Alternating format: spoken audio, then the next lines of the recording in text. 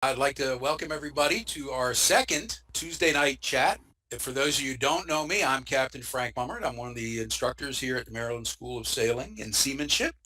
And tonight we have Captain Tom Tercey with us. Tonight's topic was actually suggested by one of our people from the first session, and they wanted to know about how to deal with squalls in the Chesapeake Bay in the summertime. And we both thought this was a really interesting subject because we've both dealt with significant weather, significant squalls in the summertime in the Chesapeake Bay and in other places.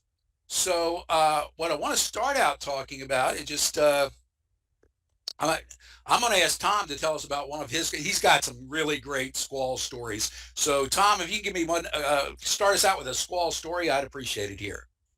Okay, great. Thanks, Frank. Appreciate it. One that I'll use is from a Delmarva circumnavigation cruise that we were doing in July of 2019. We had completed about two-thirds of the route around Delmarva Peninsula, which, as you may know, is about 450 miles circumnavigation. We had done the ocean leg and we came into Cape Charles. We spent overnight in Cape Charles. And the next day, which was a Thursday, we came out with the intention of going up the bay overnight to Annapolis. And it was one of those typical Chesapeake Bay, hot, hazy, sultry sort of a day. And the forecast was for afternoon thunder squalls, which is kind of a standard forecast for Chesapeake Bay. But in this case, there was a very long squall line north to south for quite a distance, and we knew we were not going to be able to escape that in any way. So we knew we were going to get hit by it. About 1900 in the afternoon, we saw to our west the very black, tumultuous clouds that were approaching us from a distance away. Radar showed it to still be about 5 miles away, but we knew it was advancing quickly. So we said, well, we better get prepared for it. And we did all of our standard rituals as far as preparation goes. We furled both head sails. We double reef, we deep reefed the mainsail. We rolled down the Dodger window. We put in the canvas bridge to give some protection to the crew. I put some additional lashing on the bimini frame to help hold it down.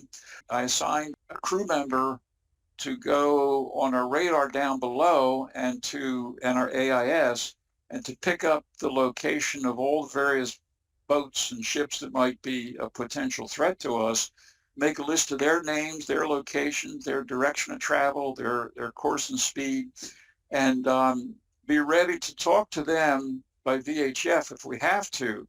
At this point, before the storm hit, we could pick them up on radar and also AIS for those that had AIS. So we did that, worked ahead of time. We also looked at our navigation as far as where are we in the bay and what are the potential hazards that we have in the area. Uh, so we identified all of that. We moved the boat course. We're headed northbound. We moved the boat's course into the middle of the bay, east and west, so that we would have latitude to be pushed in either direction when the storm came. All the crew put on their PFDs, their harnesses, and they clipped in. We're ready for this, and we're watching this approach. And then about 1900 or so, it hit.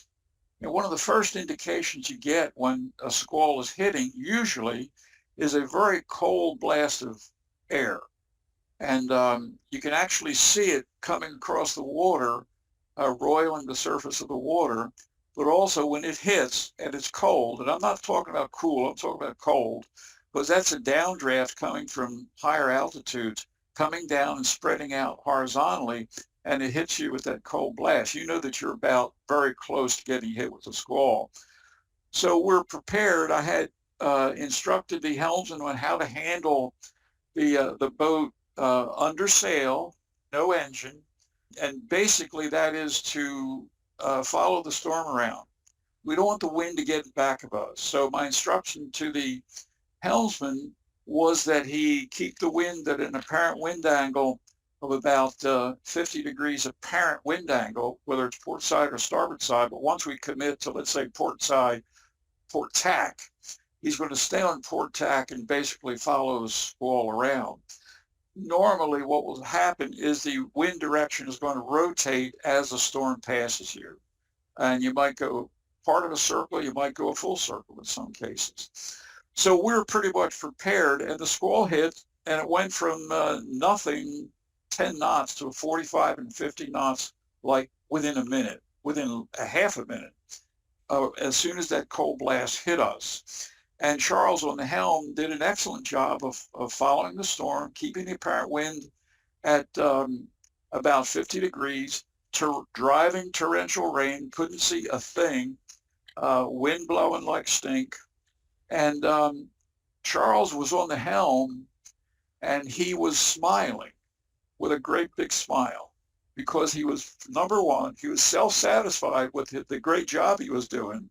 And number two, he did not feel threatened, as the rest of the crew did not feel threatened, because we had prepared, we were ready, we knew what was coming, and we knew how to handle it. So in 30 minutes it passed, the wind went away, the skies cleared up, and we continued on up the bay.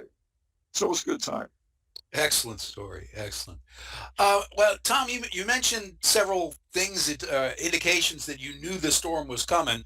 So, big picture from farther out, it was really big black clouds. Are there any other? And then you were seeing it move on radar. Is there Right. anything else that anything else that would have predicted that coming in? Well, first, it was Okay. forecast, but we knew that. And they also gave information on its speed of travel and direction of travel, which they sometimes do. And it's very helpful if they do that. So basically, those are the things you have. One of the things that's important to keep in mind in that when you're doing this advanced preparation is you might identify other vessels on radar, but when the image of that storm fills up your radar screen, you're not going to see those vessels on radar. So you have to know in advance where they are, what their intentions are, be ready to talk to them on radio if it's necessary. Another thing is as far as the buttoning the boat up, this is a big item for me, is to button the boat up completely, put the hatch boards in, pull the companionway hatch back so that the boat is completely sealed. We don't want this weather getting down below. And the other thing is small boats. Now we're on a 40-foot island packer, which is a very capable boat in heavy weather.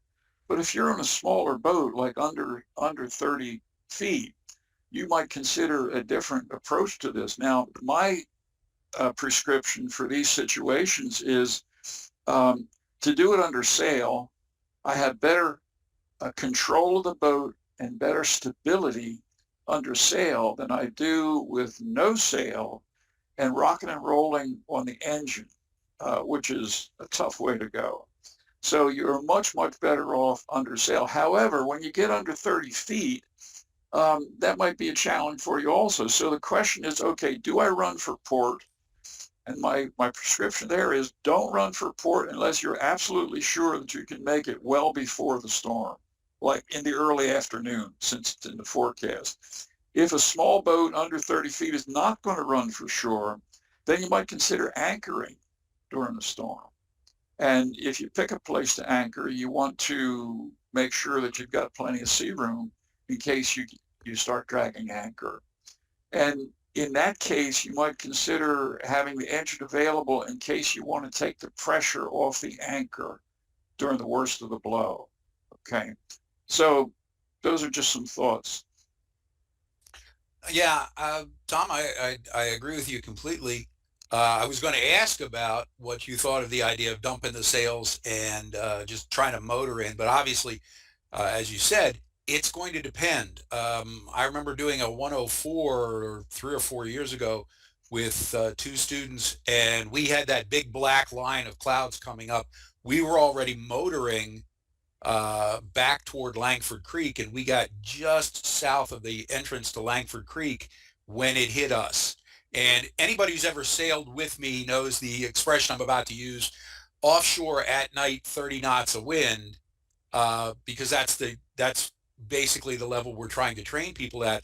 But this was a situation where we were in the middle of the Chester River in the middle of the afternoon, and we couldn't see anything. It was whiteout conditions, so it was the same thing as being at night.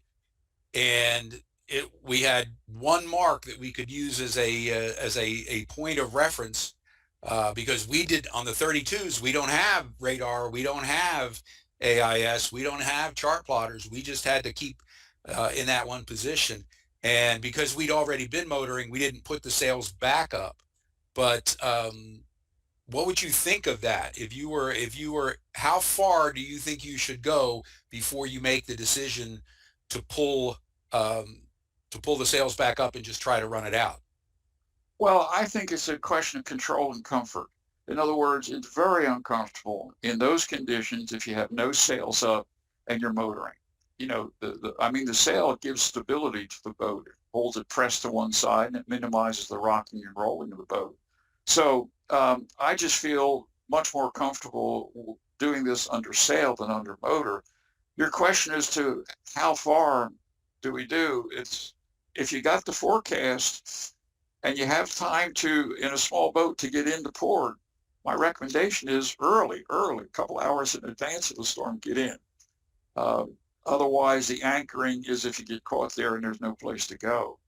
Um, a small boat, a 30-foot boat, under engine power, in 50 knots of wind, is really at the mercy of that storm. And it's very hard. So you have to do something in advance, either go into port early enough, anchor, or what have you, or ride it out in a 30-foot boat, deep reef main. I mean, a 30-foot boat's going to be able to do it too, but how about a 22-foot boat? 22, Yeah, 25, yeah, something doesn't have a real cabin. That could yeah, be. you don't want to even be out there in a 22-foot boat when a squall like that's going to hit. So, We do have some questions coming in that we're going to address, but there is one I'd like to talk about first, which is somebody asked, what about heaving two? Why not just heave two? well, that's almost what you're doing with what I describe, a deep reef main and no head sails. You are essentially heaving two. Um, And I know a lot of people think in terms of heaving to means a backed head sail. It doesn't necessarily mean a backed head sail. It could be just a, so you're basically just footing off and not trying to make any speed. You are basically just surviving the wind conditions. But Frank, Yeah. there's another aspect to all of this, and that is lightning. Yes, I was just about to ask you about lightning.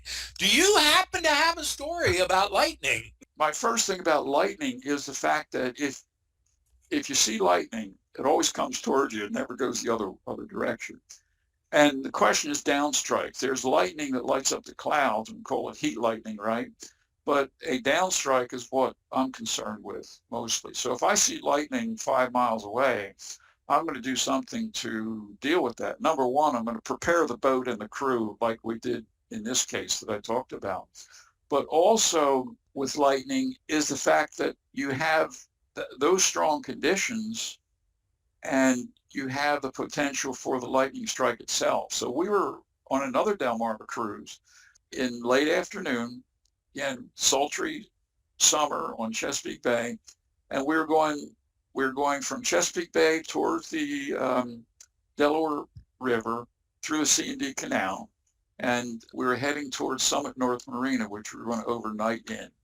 And we could see these storm clouds to our north side, to our port side up there. And the question was, oh, are we going to make it into this marina before this thing hits? And in a little while, that storm started, it was way off to our port side, maybe a couple of miles, and he started converging towards us. So we had converging courses in the C&D Canal, and therefore I had no opportunity to avoid, because normally in big wide open area, I'm going to avoid that storm the best I can. I don't want to be trapped in it. But in any event, it hit us in the C&D Canal, about a mile and a half from our destination, and blew everything out, absolutely everything on the boat. except the engine. The engine was still running. So we got into this Summit North Marina that night, made it in there. Next day, I got my iPad out and downloaded Navionics, I guess it was. And we navigated back to our home port strictly going down the channels using Navionics chart plotter. And because I had nothing else, not even depth. So that was a big repair job. Yeah, I remember that one.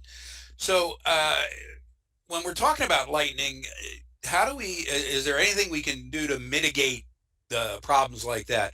Um, when I have lightning on a boat that I'm on, one of the things I like to do is I like to throw, if I have a microwave or an oven, I like to throw a handheld and a portable GPS in those because they're considered Faraday cages.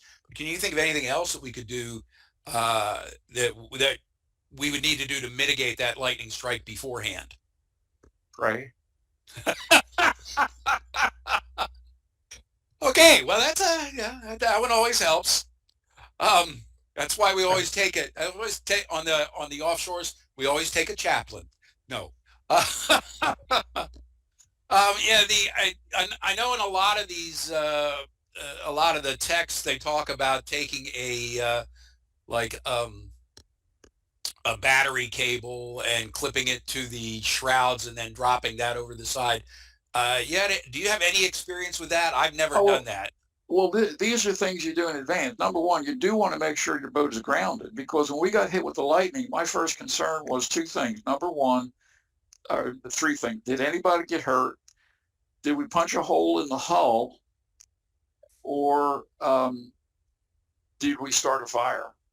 So everybody was okay. We saw actually the Windex from the top of the mast get knocked off the top when we got hit and fall down into the water. That's when everything went dark, everything went blank. We checked the hull for fire down below. We did smell some burning, but we didn't see any visual fire, any indication of it. And we checked for leakage, water entrance through the hull. The key point there is that you want to have your boat grounded, whether you do it temporary, as you just outlined, or whether you have it properly grounded to the sea. You definitely want your boat grounded and bonded if you're going to be sailing in areas like this that have this kind of electrical In storm. areas that have electricity in the air, yeah. Yeah. Well, speaking of that, other than Chesapeake Bay, are there any place else that you've been where you've seen significant squall activity? Well, yeah, coming up the Gulf Stream, when we're out in the ocean, I mean, we often see those sorts of things. The Gulf Stream is a real amplifier to weather patterns because of the hot water and the humidity and so forth. You just get a lot of tumult, instability in the air, and it's prone to storms. I've gone through like some of these troughs where you have nothing but just lightning and pouring rain the whole time. And you just have to hope that you don't get hit. But if you're grounded, maybe you won't sink. Yeah, I think one of the worst lightning strikes I ever saw actually happened to a boat in a boatyard because the boat itself was sitting up on jack stands and it Yeah. was next to a building and you could actually trace the line where the electricity came down and went through the hull and blew a hole in the hull, jumping from the boat to the building. So yeah, grounding is, I think, is a huge thing. But I think permanent bonding, as you said, is much more effective than just trying to do something temporary. Um, I've run into these down in Florida. As you know, I used to spend the winters down in Florida, and a lot of the intercoastal waterway down there, you'd see this kind of activity. And where we see it up here in the summertime, we were seeing it down there because their winter is meteorologically a lot like our summer. Biscayne Bay, I've seen some of these things that rival what we see up here down on Biscayne Bay. I was in a big hunter charter about 25 years ago, and just squall after squall after squall coming up Biscayne Bay. Um, but that is I one of the nice things about squalls is they tend to be very fast, wouldn't you say? Yeah, 30 to yeah, 45 minutes and you're pretty yeah. much done. I saw a couple of questions here about bonding and so forth. And number one, somebody asked, what's the difference between bonding and grounding? Bonding is when you take internal wiring to connect all of the metal parts below the water line together so that all the metal that's in contact with the water is connected together. That's a bonding system. The grounding system is where you have that bonding system and the metal parts underwater can act as a ground. And that's how it is actually on our IP40. It's done that way. The boat, all those metal parts are connected together, and that's enough metal in contact with the water to create a ground. If you don't have that, you can also get a grounding plate, which is usually a sintered bronze plate, which is attached to the hull on the outside, and then your internal wiring connects to that, and then connects to your rig and so forth, and you're bonded that way. So basically, it's to have metal in contact with the water, which is then electrically connected to your metal parts, your rig, and so forth on deck. And you want to try and spread it out as much as possible. You don't want a point underwater. You'd like to have it connected to as much underwater metal as you can have, because otherwise it's going to thermal shock at that one spot. All right, well, since we're here, let's go ahead and start taking some of the questions. I've got one from Rob Sweet. Can you explain in more detail what you mean by following the storm around? Simply keeping it at 50 degrees apparent wind angle. So And as the wind shifts, you don't have a lot of forward drive is what, because you've got that double reef mainsail, you don't have a head sail, so you don't have a lot of forward drive. But what you're doing is you're steering the boat to keep that, basically to keep it with the wave action, wind action on that about 45 to 55 bow. Is that what you're right, saying? yep, Yeah. So as you said, it's kind of like heaving to, but instead of heaving to by just lashing everything down, you're actually going to drive around with it. yeah. I mean, in both cases, you're keeping the wind at that 50-degree or so apparent wind angle. If you're in a straight storm, where it's blowing in one direction, you're not going to be rotating. But if you're in a rotating storm, you're just automatically going to be following it around if you constantly keep it at that 30-degree apparent wind, 50-degree apparent wind angle. IP380, this is from Tom Eisenberg. IP380, my interstacial is overbuilt as a storm jib. Would that be better than a deep reefed main? I think that's a call that you're going to have to determine when you as you go out and sail it. I'm going to Tom. I think you're going to say double reefed would still be a better double reef main would still be a better thing. I'm not sure if I follow the question. He's talking about his staysail, and his staysail is built up as a storm jib, so it's a heavy sail on a heavy rig, and he's asking if that would be better than double reefing the main than a reef main. No, you want to have your main functioning. If you want to add a head sail, that's an addition, but your mainsail is your main control of the boat. Okay, so if you really have to experiment with your boat under various wind conditions as to how do you heave to. You're basically heaving to, all right, whether it's with or without the head stay, and it depends on how your boat will lay. Now, I said to you, the instruction to the helmsman was to keep the wind angle, apparent wind angle, at 50 or 60 degrees, basically. And you may not have any choice in sailing it closer to the wind than that. Like you may not be able to sail at 40 degrees apparent wind. The boat just won't drive up that much. But what you don't want to do is head off where you're now dealing with 80 degrees or 180 degrees apparent wind angle. You don't want to be doing that. Now, whether you need a backed head sail or a functioning head sail you can only determine by experimenting with your boat and getting experience with it. I have just learned that on IP40, I don't need a head sail in order to do that. So I heave to simply with the shortened down main.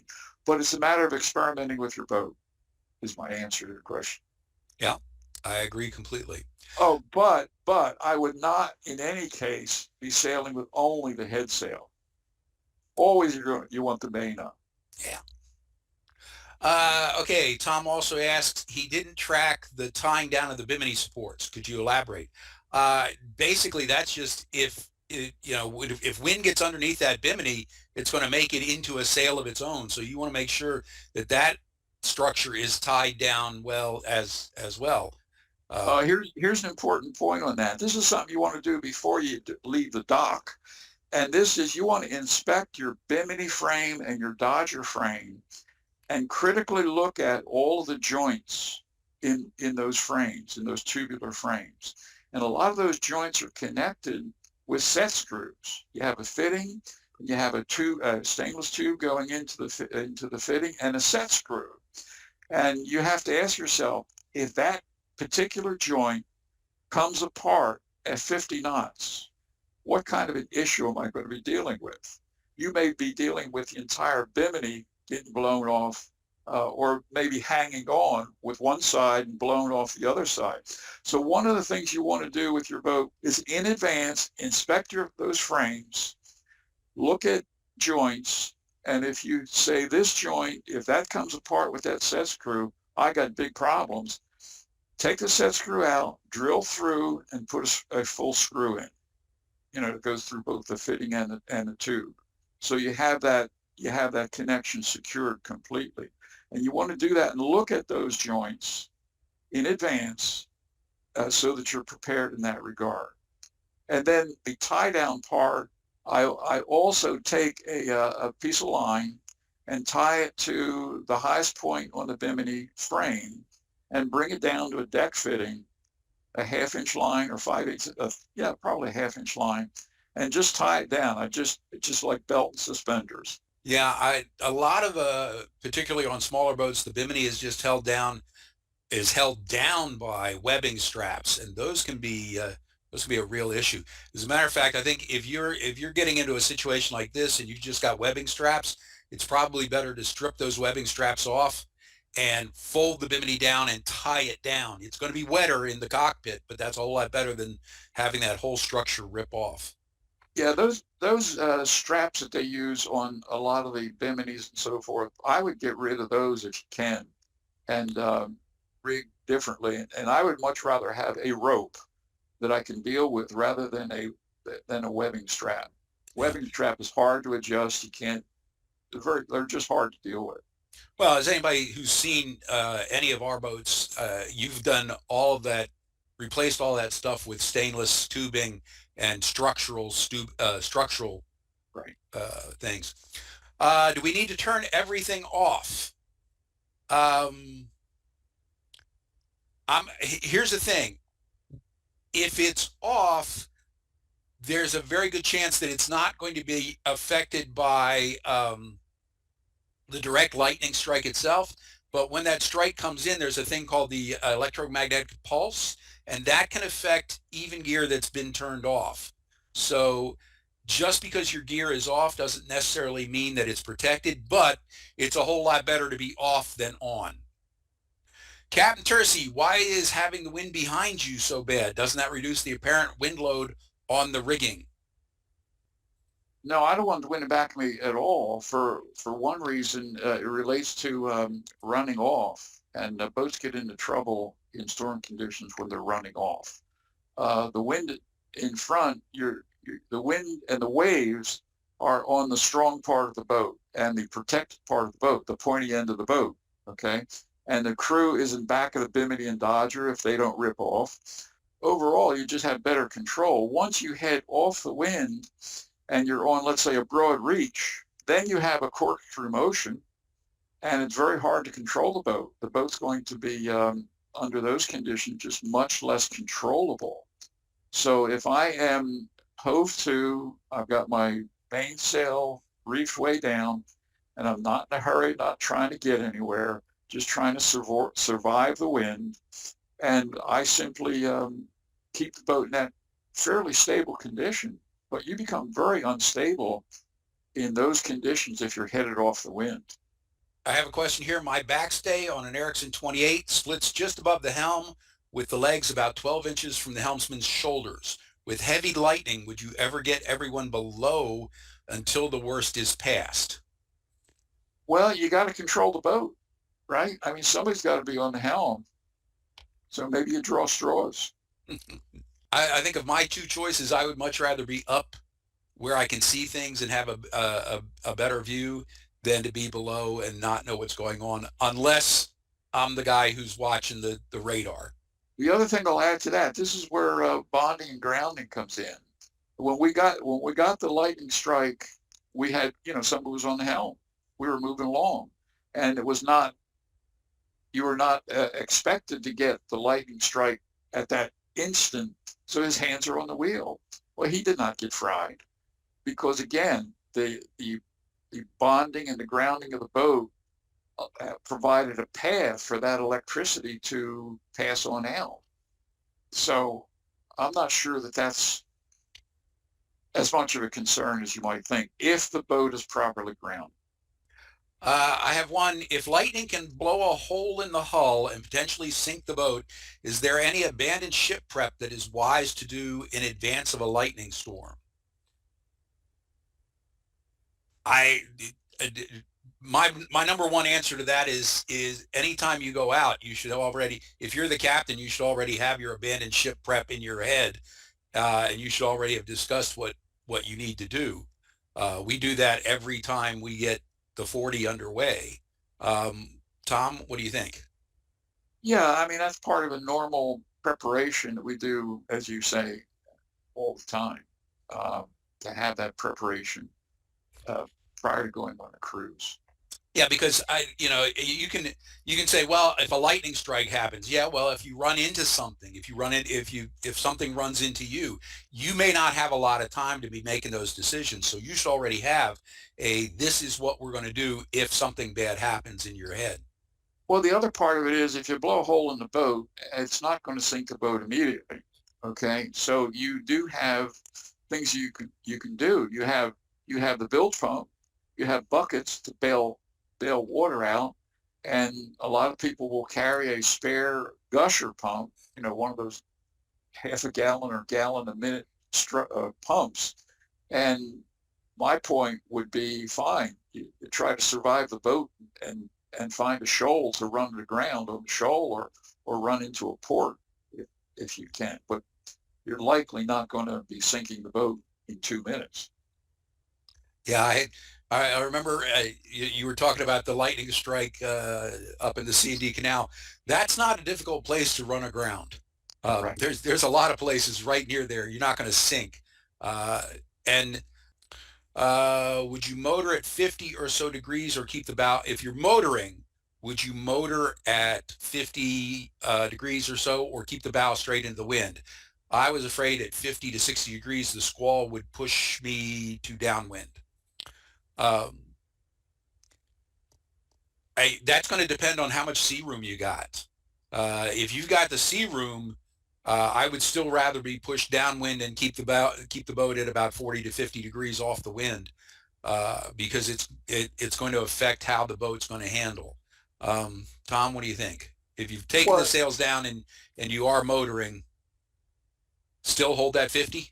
well, yeah, absolutely. I want to keep the pointy end of the boat towards the weather and the waves. And this issue of I understand people think, well, the wind is coming up. You got to start the engine. That's in my mind, a poor seamanship point of view. You definitely have better control of the boat under sail in those conditions than you do with the motor and no sail. Yeah. Yeah, I think I think you and I would definitely agree that if you haven't already been motoring, you should not start motoring. Starting the engine just to have it going is one thing, but you're not going to want to motor there. Might it make sense to disconnect the VHF or chart plotter for lightning damage protection?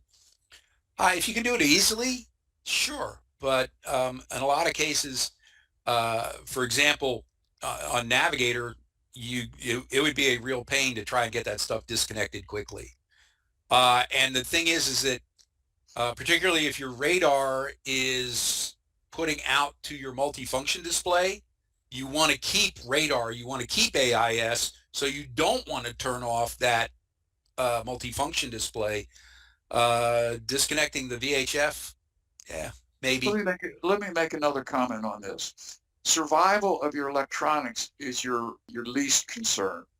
Survival of the boat, the crew, everybody's safe. That's your main concern. Riding the storm is your main concern. If you lose some electronics, you lose some electronics. You know, that to me is not a big deal. That's only money. But you want to not be focusing your attention so much there as you do on survivability of the boat and the crew and safety. Yeah. Would you advise people to become aware of the point for their specific boat when the sea state becomes more important to take note of than the direction in which you intend to go? In other words, the size of the waves relative to your hull length when you have to turn to take the waves. Um, I think that, yeah, I think that's something you should know about your boat is at what point does this go from we're sailing to we're heaving to or we're sailing in the where the wind is taking us instead of where we want to go. That's a decision. That's not, and I'm going to say this, that's not a boat decision. That's a captain decision because it's going to be different for you could have the same boat with five different people on board, five different captains on board, and have five different, this is where we stop going forward. Yeah, it's a skill sets of the crew on board. Yeah. Um, The and practice. To yeah, answer your question as to when do you change your routine as far as motoring into it, heading off, or whatever, that's a question again of practice. You got to practice under these various conditions. There's not one simple answer to it. You got to try things. this is a good one. If you have a towed dinghy, will the 50-degree apparent wind with reefed main keep the dinghy from driving into the transom? All right, my solution on that would be to take the dinghy. I hope you have a double painter on your dinghy, and pull the dinghy up way tight onto the stern of the boat, and actually to your two stern cleats, take those painters and bring them up there to those two stern cleats, and actually lift the bow of the dinghy somewhat out of the water. And if you do that, it's going to follow the boat like a little puppy dog. Okay. Now I realize you say, well, that dinghy's going to scratch up my transom. Yeah, it is. But the alternative might be that if you have a long painter on the dinghy, is going to be again not controllable. But if you pull it up snug on your stern, as I'm describing, and maybe you want to prepare in advance with some padding or something like that, you know, would handle a situation like that. But basically, that's about in my experience, about the simplest way to control the dinghy. It'd have it pulled up real snug, slightly bow lifted somewhat out of the water, doesn't go anywhere. Question from Deborah Cashin says, in the Chesapeake, do squalls come from all different directions or do they usually come from the same direction? Usually from the west. A lot of times, particularly if it's hot on land and cool in the water, the Chesapeake Bay actually stops them, and you can watch them run up the shoreline. But then one of them will sneak across and get you anyway. Yeah, so you want to be looking to the west, even if you haven't heard a weather forecast and sultry summer day. You want to be looking to the west. You want to be keeping your eye on the sky to the west. If it's hot and it's humid, Right. yeah. Yeah. It's usually going to come from that direction. How much sail would you keep up if you had a roller furler main in percentage of sail up? I would say um, I'm going to say 60% of the luff length. 60% of the In luff other, length. yeah, So, in other words, the top 60%, which I don't know what the arithmetic comes out as far as area goes, but my guess would be in the neighborhood of 60% of the luff length, in that neighborhood.